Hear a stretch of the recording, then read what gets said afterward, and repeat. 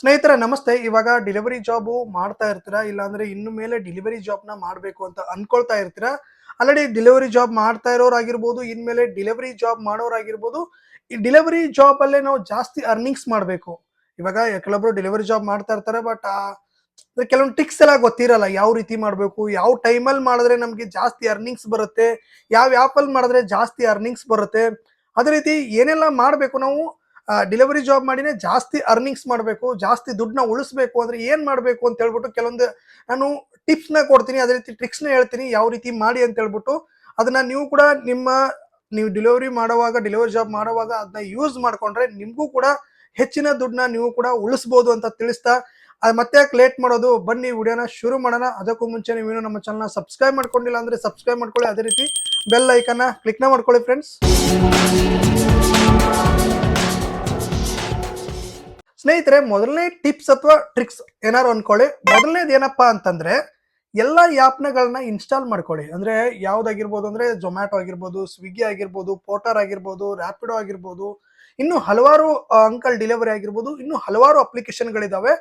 ಎಲ್ಲಾನು almost install ಮಾಡ್ಕೊಂಡು ಇಟ್ಕೊಳ್ಳೋಕೆ try ಮಾಡಿ. ಏನಪ್ಪಾ ಅಂದ್ರೆ ಒಂದೇ ಆ್ಯಪ್ ಮೇಲೆ ಡಿಪೆಂಡ್ ಆಗಬೇಡಿ. ಏನಂದ್ರೆ ಇವಾಗ ಕೆಲವೊಬ್ರು ಏನ್ ಮಾಡ್ತಾರೆ ಅಂತ ಹೇಳ್ಬಿಡ್ತೀನಿ. ಏನು ಅಂದ್ರೆ ನಾಳೆಯಿಂದ ಆ ಕೆಲಸ ಮಾಡಲ್ಲ ಅಂತ ಹೇಳ್ಬಿಟ್ಟು ಅದ್ರಲ್ಲಿ ಏನೋ ಫ್ರಾಡೋ ಏನೋ ಒಂದು ಮಾಡ್ಬಿಟ್ಟು ಅದ್ರಲ್ಲಿ ಬ್ಲಾಕ್ ಆಗ್ಬಿಡೋದು. ಇನ್ನೊಂದು ಹೇಳ್ಬೇಕು ಅಂದ್ರೆ ಯಾವ ಟೈಮಲ್ಲಿ ಯಾವ ಅಪ್ಲಿಕೇಶನ್ ನಮಗೆ ಯೂಸ್ ಆಗುತ್ತೆ ಅಂತ ಹೇಳಕ್ಕಾಗಲ್ಲ. ಓಕೆ, ಇವಾಗ ಎಲ್ಲೋ ದೂರ ಇರ್ತೀವಿ, ಮನೆಗೆ ಹೋಗ್ಬೇಕಾಗಿರುತ್ತೆ. ಆ ಟೈಮಲ್ಲಿ ಖಾಲಿ ಬರೋದೇನೋ ಒಂದ್ ಸ್ವಲ್ಪ ಪೋಟ್ರ್ ಆನ್ ಮಾಡ್ಕೊಳ್ಳೋಣ ಅಂತ ಹೇಳ್ಬಿಟ್ಟು ಪೋಟ್ರ್ ಆನ್ ಮಾಡ್ಕೊಳ್ಳೋದು. ಬಿದ್ರೆ ಬೀಳುತ್ತೆ, ಬೀಳಿಲ್ಲ ಅಂದ್ರೆ ಇಲ್ಲ ತಾನೆ.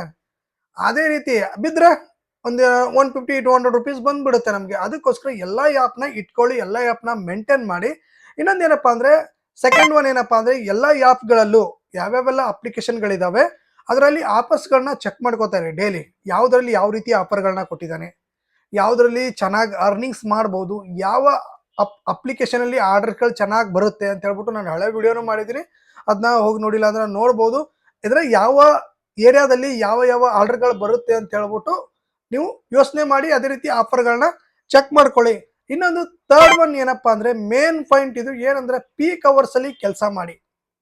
ಯಾವುದೇ ರೀತಿಯ ಪೀಕ್ ಅವರ್ಸ್ ಅಲ್ಲಿ ಟೈಮ್ ವೇಸ್ಟ್ ಮಾಡಬೇಡಿ. ಇವಾಗ ಏನಪ್ಪಾ ಅಂದ್ರೆ ಈಗ ಸ್ವಿಗ್ಗಿ ಆಗಿರ್ಬೋದು, ಝೊಮ್ಯಾಟೊ ಆಗಿರೋದು, ಫುಡ್ ಡೆಲಿವರಿ ಏನಿದೆ ಅದು ಪೀಕ್ ಅವರ್ಸ್ ನಿಮ್ಗೆಲ್ಲ ಆಲ್ಮೋಸ್ಟ್ ಗೊತ್ತಿರುತ್ತೆ. ಗೊತ್ತಿಲ್ಲ ಅಂದ್ರೆ ಇವಾಗ ಒಂದೊಂದ್ಸತಿ 12 ಗಂಟೆಯಿಂದ 4 ಗಂಟೆ ಮಧ್ಯಾಹ್ನ, ರಾತ್ರಿ 7 ಗಂಟೆಯಿಂದ 11 ಗಂಟೆ ಈ ಪೀಕ್ ಅವರ್ಸು.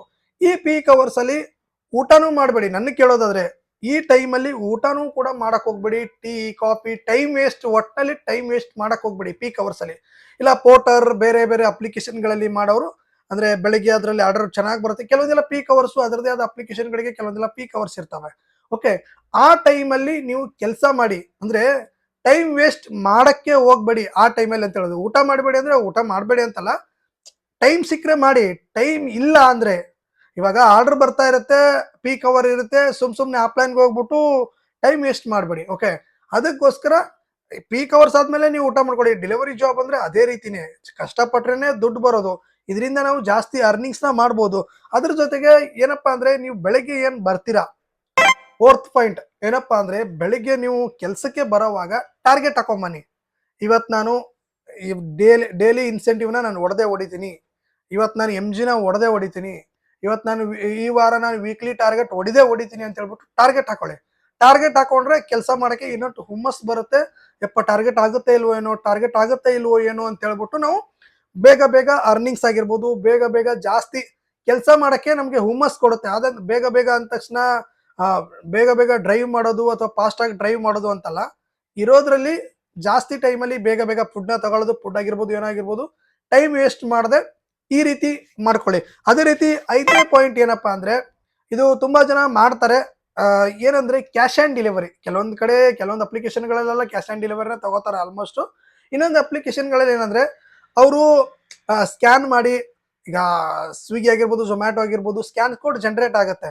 ಅವರು ಫೋನ್ ಪೇ, ಗೂಗಲ್ ಪೇ ಈ ರೀತಿ ಆನ್ಲೈನ್ ಟ್ರಾನ್ಸಾಕ್ಷನ್ ಮಾಡ್ತಾ ಇರ್ತಾರೆ. ನಾವು ಡೆಲಿವರಿ ಟೈಮ್ ಹೋದಾಗ ನಾವೇನ್ ಮಾಡ್ಕೋತೀವಿ, ನಮ್ಮ ಅಕೌಂಟ್ಗೆ ಹಾಕೊಳ್ಳೋ ಬದಲು ಅಲ್ಲೇ ಪೇ ಮಾಡಿ. ಯಾಕಂದ್ರೆ ನಮ್ ಅಕೌಂಟಿಗೆ ಬಂದ್ರೆ ಅದಂತೂ ಉಳಿಯಲ್ಲ. ಎಮರ್ಜೆನ್ಸಿ ಪೆಟ್ರೋಲ್ಗೆ ಅದಕ್ಕೆ ಇದಕ್ಕೆ ಬೇಕು ಅಂದ್ರೆ ಹಾಕೊಳ್ಳಿ, ಪರವಾಗಿಲ್ಲ. ಬಟ್ ಕೆಲವೊಂದ್ಸತಿ ಏನಾಗುತ್ತೆ, ಎಲ್ಲರೂ ನಮ್ಮ ಅಕೌಂಟ್ಗೆ ಹಾಕೊಳ್ಳೋದ್ರಿಂದ ಸೇವಿಂಗ್ಸ್ ಆಗಲ್ಲ. ಎಲ್ಲ ಅಲ್ಲೇ ಬಿಡಬೇಕು, ವೀಕ್ಲಿ ಒಂದೇ ಸತಿ ತಗೋಬೇಕು. ಅಲ್ಲೇ ಬಿಡಬೇಕು, ವೀಕ್ಲಿ ಒಂದ್ಸತಿ ನಾವು ಅದು ಏನು ಬರುತ್ತೆ ಸ್ವಿಗ್ಗಿ ಝೊಮ್ಯಾಟೋದಲ್ಲಿ ಯಾವ ಸ್ವಿಗ್ಗಿ ಝೊಮ್ಯಾಟೋದು ಸೋಮವಾರ ಬರುತ್ತೆ, ಝೊಮ್ಯಾಟೋದಲ್ಲಿ ಬುಧವಾರ ಸ್ವಿಗ್ಗಿದು ಬರುತ್ತೆ. ಅದು ಬಂದ್ರೆ ಒಂದೇ ದಿನ ಫಂಡ್ ಬಂದಂಗೆ ಆಗುತ್ತೆ. ಅಂದ್ರೆ ಒಂದು ವೀಕಿಗೆ ಬಂದಾಗ ಸ್ವಲ್ಪ ಖರ್ಚು ತೆಗೆದು ಸ್ವಲ್ಪ ಸೇವಿಂಗ್ಸ್ ಮಾಡ್ಬೋದು ಅನ್ನೋ ಉದ್ದೇಶಕ್ಕೋಸ್ಕರ ಹೇಳ್ತಾ ಇದೀನಿ. ಕ್ಯಾಶ್ ಆನ್ ಡೆಲಿವರಿನ ಆಲ್ಮೋಸ್ಟ್ ಕಡಿಮೆ ಮಾಡಿ. ಓಕೆ, ನೆಕ್ಸ್ಟ್ ಪಾಯಿಂಟ್ ಏನಪ್ಪಾ ಅಂದ್ರೆ, ಸಿಕ್ಸ್ತ್ ಪಾಯಿಂಟ್ ಏನಪ್ಪಾ ಅಂದ್ರೆ, ಇಂಪಾರ್ಟೆಂಟ್ ಏನಂದ್ರೆ ವೀಕ್ ಡೇಸ್ ಅಲ್ಲಿ ಲೀವ್ ತಗೊಳಕ್ ಹೋಗ್ಬೇಡಿ. ಅಂದ್ರೆ ವೀಕೆಂಡ್ ಅಲ್ಲಿ ಲೀವ್ ತಗೊಳಕ್ ಹೋಗ್ಬೇಡಿ. ವೀಕೆಂಡ್ ಅಂದ್ರೆ ಫ್ರೈಡೇ, ಸಾಟರ್ಡೆ, ಸಂಡೇ. ಕೆಲವೊಂದು ಅಪ್ಲಿಕೇಶನ್ಗಳಲ್ಲಿ ಇವಾಗ ಫುಡ್ ಡೆಲಿವರಿಲಿ ಫ್ರೈಡೇ, ಸಾಟರ್ಡೆ, ಸಂಡೇ ವೀಕಪ್ ಅಂತೂ ತಗೊಳಕ್ಕೆ ಹೋಗ್ಬೇಡಿ. ನೀವು ತಗೊಳಂಗಿದ್ರೆ ಮಂಗಳವಾರ, ಬುಧವಾರ ಆರ್ಡರ್ಗಳು ಕಡಿಮೆ ಇರುತ್ತೆ, ಆ ಟೈಮಲ್ಲಿ ತಗೊಳ್ಳಿ. ಅದೇ ರೀತಿ ಈಗ ಪೋರ್ಟರ್ ಬಂದ್ರೆ, ಅಂಕಲ್ ಡೆಲಿವರಿ ಬಂದ್ರೆ, ಬೇರೆ ಬೇರೆ ಅಪ್ಲಿಕೇಶನ್ಗಳು ಬಂದ್ರೆ ಅದರದೇ ಆದ ಇರುತ್ತೆ. ಪೋರ್ಟರ್ ಬಂದ್ರೆ ನೀವು ಸಂಡೇ ತಗೊಳ್ಳಿ, ಯಾಕಂದ್ರೆ ಸಂಡೇ ಆರ್ಡರ್ಗಳು ಕಡಿಮೆ ಇರುತ್ತೆ. ಸೋಮವಾರ, ಮಂಗಳವಾರ ತಗೊಳಕ್ ಹೋಗ್ಬಿಡಿ, ಯಾಕಂದ್ರೆ ಆರ್ಡರ್ಗಳು ಒಂದು ಸ್ವಲ್ಪ ಮೀಡಿಯಂ ಅಲ್ಲಿ ಇರುತ್ತೆ. ಓಕೆ, ಅದಕ್ಕೋಸ್ಕರ ಇಲ್ಲ ನಾನು ಸಂಡೇ ವರ್ಕ್ ಮಾಡಿ, ಪೋರ್ಟರ್ ಅಲ್ಲಿ ಸಂಡೇ ವರ್ಕ್ ಮಾಡಿ, ನಾನು ಮಂಡೇ ಟ್ಯೂಸ್ಡೇ ಆರ್ಡರ್ ಇರೋ ಟೈಮಲ್ಲಿ ವೀಕಪ್ ತಗೊಂಡ್ರೆ, ಲೀವ್ ತಗೊಂಡ್ರೆ ಏನಾಗುತ್ತೆ, ಅರ್ನಿಂಗ್ಸೇ ಆಗಲ್ಲ. Main point. ಅದೇ ರೀತಿ ನೆಕ್ಸ್ಟ್ ಒನ್ ಬಂದ್ಬಿಟ್ಟು ಏನಪ್ಪಾ ಅಂದ್ರೆ, ಖರ್ಚು ಕಡಿಮೆ ಮಾಡಿ. ಇದು ಹೇಳ್ಬಾರ್ದು, ಬಟ್ ಆದ್ರೂ ಹೇಳ್ತಾ ಇದೀನಿ. ಸೇವಿಂಗ್ಸ್ ಮಾಡಬೇಕು. ನಾವು ಜಾಸ್ತಿ ದುಡ್ಡನ್ನ ಡೆಲಿವರಿ ಜಾಬಲ್ಲಿ ಉಳಿಸ್ಬೇಕು ಅಂದ್ರೆ ಖರ್ಚನ್ನ ನಾವು ಕಡಿಮೆ ಮಾಡ್ಬೇಕಾಗತ್ತೆ. ಯಾವ ರೀತಿಯಪ್ಪ ಅಂದ್ರೆ, ಇವಾಗ ನಾವು ಡೆಲಿವರಿ ಜಾಬ್ ಮಾಡ್ತಾ ಇರ್ತೀವಿ, ಅವಾಗ ಅವಾಗ ಅಂದ್ರೆ ರೋಡಲ್ಲಿ ಓಡಾಡ್ತಾ ಇರ್ತೀವಿ, ಅವಾಗ ಅವಾಗ ಬೇಕ್ರಿ ಹತ್ರ ಹೋಗೋದು, ಸ್ಮೋಕು, ಗುಟ್ಕಾ, ಅದು ಇದು. ನಾನು ಯಾರಿಗೂ ಮಾಡಬೇಡಿ ಅಂತ ಹೇಳ್ತಲ್ಲ, ಅದು ನಿಮ್ಮ ಇಷ್ಟ, ನಿಮ್ಮ ದುಡ್ಡು ನಿಮ್ಮ ಇಷ್ಟ. ಬಟ್ ಇರೋದ್ರಲ್ಲಿ ಕಡಿಮೆ ಮಾಡಿದ್ರೆ ಸೇವಿಂಗ್ಸ್ ಆಗ್ಬೋದು ಅಂತ ಹೇಳೋ ಉದ್ದೇಶ ಅಷ್ಟೇ. ಅದ್ರ ಮೇಲೆ ನಿಮ್ಮ ಇಷ್ಟ. ಮಾಡೋರು ಬಿಡೋರು, ನನ್ನ ದುಡ್ಡು ನಾನು ಮಾಡ್ತೀನಿ ಅನ್ನೋರು ಮಾಡ್ಕೋಬಹುದು, ಏನೂ ಪ್ರಾಬ್ಲಮ್ ಇಲ್ಲ. ನಿಮ್ಮ ದುಡ್ಡು, ನಿಮ್ಮ ಜೀವನ ಎಲ್ಲ ನಿಮ್ಮದು. ಬಟ್ ನನ್ನ ಸಜೆಷನ್ ಕೇಳೋದಾದ್ರೆ, ನನ್ನ ಟಿಪ್ಸ್ನ ಕೇಳೋದಾದ್ರೆ ಸ್ವಲ್ಪ ಕಡಿಮೆ ಮಾಡ್ಕೊಳ್ಳಿ. ಸೇವಿಂಗ್ಸ್ ಕೂಡ ಜಾಸ್ತಿ ಆಗುತ್ತೆ. ಡೆಲಿವರಿ ಜಾಬ್ಗೆ ಬಂದಿರೋದು ಅದೇ ಉದ್ದೇಶಕ್ಕೋಸ್ಕರ. ನಾವು ಅಂದ್ರೆ ದುಡ್ಡನ್ನ ದುಡಿಬೇಕು. ನಾವು ಎಲ್ಲೋ ಬೇರೆ ಬೇರೆ ಬೇರೆ ಊರುಗಳಿಂದ ಬಂದಿರ್ತೀವಿ, ದುಡ್ಡನ್ನ ಉಳಿಸ್ಬೇಕು ಅಂತಾನೆ ಇಲ್ಲಿ ಬಂದಿರೋದು. ಅದಕ್ಕೋಸ್ಕರ ಸ್ವಲ್ಪ ಆ ಸೇವಿಂಗ್ಸ್ ಕಡೆ ಪ್ಲಾನ್ ಕೊಡಿ. ಓಕೆ, ನೆಕ್ಸ್ಟ್ ಏನಪ್ಪಾ ಅಂದ್ರೆ, ಮೈಲೇಜ್ ಇರೋ ಗಾಡಿನ ತಗೊಳ್ಳಿ. 7th ಪಾಯಿಂಟ್ ಇದು.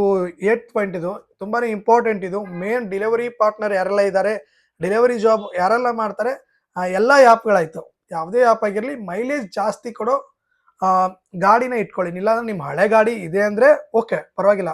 ಇಲ್ಲ ಡೆಲಿವರಿ ಜಾಬ್ಗೆ ನಾನು ಬೇರೆ ಗಾಡಿನ ತಗೊಳ್ತಾ ಇದ್ದೀನಿ ಅನ್ನೋರು ಮೈಲೇಜ್ ಗಾಡಿನ ತಗೊಳ್ಳಿ. ಅದೇ ರೀತಿ ಇವಾಗ ಎಲೆಕ್ಟ್ರಿಕಲ್ ಗಾಡಿಗಳು ಬಂದಿದ್ದಾವೆ, ಬಟ್ ನೋಡ್ಕೊಳ್ಳಿ. ಎಲೆಕ್ಟ್ರಿಕಲ್ ಗಾಡಿಗಳಲ್ಲೂ ಕೆಲವೊಂದು ಚೆನ್ನಾಗಿದ್ದಾವೆ, ಕೆಲವೊಂದು ಚೆನ್ನಾಗಿಲ್ಲ. ಡೆಲಿವರಿ ಜಾಬ್ಗೆ ಯಾವುದು ಸೂಟ್ ಆಗುವಂಥದ್ದು ಎಲೆಕ್ಟ್ರಿಕಲ್ ಗಾಡಿಗಳು ಇಲ್ಲ ಇವಾಗ ಸದ್ಯಕ್ಕೆ. ಓಕೆ, ನಾವು ಹೊಡೆಯೋದು 100-150 ಹೊಡಿತೀವಿ, ಅದಕ್ಕೆ ಅವು ಸೆಟ್ ಆಗಲ್ಲ. ಅದಕ್ಕೋಸ್ಕರ ಮೈಲೇಜ್ ಜಾಸ್ತಿ ಇರೋ ಅಂದ್ರೆ ಒಂದು 70 ಕಿಲೋಮೀಟರ್ದು ಕೊಟ್ರೆ ಒಂದು ಸ್ವಲ್ಪ ಅದರಲ್ಲೂ ಕೂಡ ಅರ್ನಿಂಗ್ಸ್ ಅಲ್ಲೂ ಸೇವ್ ಆಗುತ್ತೆ. ಅದೇ ರೀತಿ ಪೆಟ್ರೋಲ್ ಅಲ್ಲೂ ನಮ್ಮ ಸೇವಿಂಗ್ ಆಗುತ್ತೆ. ಈ ರೀತಿ ಆಗುತ್ತೆ. ಅದಕ್ಕೋಸ್ಕರ ಏನಂದ್ರೆ, ಇವಾಗ ಏನ್ ನಾನು 7-8 ಪಾಯಿಂಟ್ಸ್ನ ಹೇಳಿದೆ, ಇದನ್ನ ಮಾಡಿ ಆಲ್ಮೋಸ್ಟ್ ನಿಮ್ದು ಏನಿರುತ್ತೆ, ಆಲ್ಮೋಸ್ಟ್ ತುಂಬಾ ಜನಕ್ಕೆ ಇದು ಗೊತ್ತಿರುತ್ತೆ, ಹಳೆಬ್ರಿಗೆಲ್ಲ ಗೊತ್ತಿರುತ್ತೆ, ತುಂಬಾ ದಿನದಿಂದ ಡೆಲಿವರಿ ಜಾಬ್ ಮಾಡೋರಿಗೆ ಗೊತ್ತಿರುತ್ತೆ. ಬಟ್ ಇವಾಗ ಹೊಸದಾಗಿ ಬಂದವ್ರಿಗೆ, ಇನ್ಮೇಲೆ ಬರಬೇಕು ಅನ್ಕೊಂಡಿರೋರಿಗೆ ಈ ರೀತಿ ಟಿಪ್ಸ್ಗಳನ್ನ ಫಾಲೋ ಮಾಡಿ ನೀವು ಜಾಸ್ತಿ ಅರ್ನಿಂಗ್ಸ್ನ ಮಾಡ್ಬೋದು. ಇನ್ನೊಂದೇನಪ್ಪಾ ಅಂದ್ರೆ, ಎಲ್ಲ ಆ್ಯಪ್ಗಳಲ್ಲೂ ನೋಡ್ತಾ ಇರಿ. ಒಂದೇ ಆ್ಯಪಲ್ಲಿ ಮಾಡ್ತೀನಿ ಅಂತೇಳಿ ಕುತ್ಕೋಬೇಡಿ.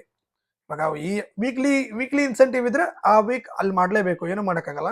ಇಲ್ಲ ಇನ್ನೊಂದು ವಾರ ಬಂದ್ಬಿಟ್ಟು ಇದರಲ್ಲಿ ಅರ್ನಿಂಗ್ ಜಾಸ್ತಿ ಕೊಟ್ಟಿದ್ದಾನಪ್ಪ, ಇದನ್ನು ಮಾಡ್ತೀನಿ ಅಂದ್ರೆ ಇದನ್ನೂ ಮಾಡಿ. ಓಕೆ, ಹಂಗಂತ ಹೇಳ್ಬಿಟ್ಟು ಕೆಲವೊಂದ್ಸಲಿ ಏನಾಗುತ್ತೆ, ಆ ಐ ಡಿ ಬ್ಲಾಕ್ ಆಗಿರುತ್ತೆ, ಅದಕ್ಕೋಸ್ಕರ ಇದಕ್ಕೆ ಬಂದಿರ್ತೀರಾ. ಓಕೆ, ಇಲ್ರೇನ್ ಮಾಡ್ತಾ ಇರ್ತೀರಾ. ಓಕೆ, ಐ ಡಿನ ಬ್ಲಾಕ್ ಆಗೋ ಥರ ಮಾಡ್ಕೋಬೇಡಿ. ಅದೇ ಒಂದೇ ಉದ್ದೇಶ ನಂದು ಹೇಳೋದು. ಎಲ್ಲ ಆ್ಯಪ್ನ ಇಟ್ಕೊಳ್ಳಿ, ಯಾವ ಟೈಮಲ್ಲಿ ಯಾವ ಅಪ್ಲಿಕೇಶನ್ ಯೂಸ್ ಆಗುತ್ತೆ ಅಂತಾನೂ ಕೂಡ ಹೇಳಕ್ಕಾಗಲ್ಲ. ಅದಕ್ಕೋಸ್ಕರ ಈ ಟಿಪ್ಸ್ನ ಫಾಲೋ ಮಾಡಿ ಇನ್ನೂ ಜಾಸ್ತಿ ಗಳಿಕೆನ ಮಾಡ್ಬೋದು. ಅಂದ್ರೆ ಇವಾಗ ನಾವು ಒಂದು ಸ್ವಲ್ಪ ಡೆಲಿವರಿ ಜಾಬ್ ಮಾಡ್ಬಿಟ್ಟು ಒಂದು ಸ್ವಲ್ಪ ಸೇವಿಂಗ್ಸ್ ಮಾಡ್ತಾ ಇರ್ತೀವಿ, ಅದ್ರ ಜೊತೆಗೆ ಇನ್ನೊಂದು ಸ್ವಲ್ಪನೂ ಸೇವಿಂಗ್ಸ್ ಮಾಡ್ಬೋದು, ಇನ್ನೊಂದು ಸ್ವಲ್ಪ ಜಾಸ್ತಿನೂ ಅರ್ನಿಂಗ್ಸ್ ಮಾಡ್ಬೋದು ಅನ್ನೋ ಉದ್ದೇಶಕ್ಕೋಸ್ಕರ ಈ ಟಿಪ್ಸ್ಗಳನ್ನೆಲ್ಲ ಕೊಡ್ತಾ ಇದ್ದೀನಿ. ಇದೇ ರೀತಿ ಟಿಪ್ಸ್ಗಳು ಇನ್ನೂ ಮುಂದೆ ಬೇಕು ಅಂದ್ರೆ ಕಮೆಂಟ್ ಸೆಕ್ಷನ್ ಅಲ್ಲಿ ತಿಳಿಸಿ. ಇದೇ ರೀತಿ ನಮಗೆ ಟಿಪ್ಸ್ ಬೇಕು, ಟಿಪ್ಸ್ ತಿಳಿಸ್ಕೊಡಿ ಅಂತ ಹೇಳ್ಬಿಟ್ಟು ನಾನು ಮುಂದಿನ ದಿನಗಳಲ್ಲಿ ಮತ್ತೆ ವಿಡಿಯೋದನ್ನ ಮಾಡೋಕ್ಕೆ ಟ್ರೈ ಮಾಡ್ತೀನಿ. ಈ ವಿಡಿಯೋ ನಿಮಗೆ ಇಷ್ಟ ಆಗಿದೆ ಅನ್ಕೋತೀನಿ. ಇಷ್ಟ ಆಗಿದ್ರೆ ಇವಾಗಲೇ ಒಂದು ಲೈಕ್ನ ಮಾಡಿ. ನೀವಿನ್ನು ನಮ್ಮ ಚಾನಲ್ನ ಸಬ್ಸ್ಕ್ರೈಬ್ ಮಾಡ್ಕೊಂಡಿಲ್ಲ ಅಂದ್ರೆ ಸಬ್ಸ್ಕ್ರೈಬ್ ಮಾಡ್ಕೊಳ್ಳಿ, ಬೆಲ್ ಬಟನ್ನ ಕ್ಲಿಕ್ನ ಮಾಡಿ. ಇದೇ ರೀತಿ ಸಪೋರ್ಟ್ ಮಾಡಿ ಅಂತ ತಿಳಿಸ್ತಾ thank you so much. Bye.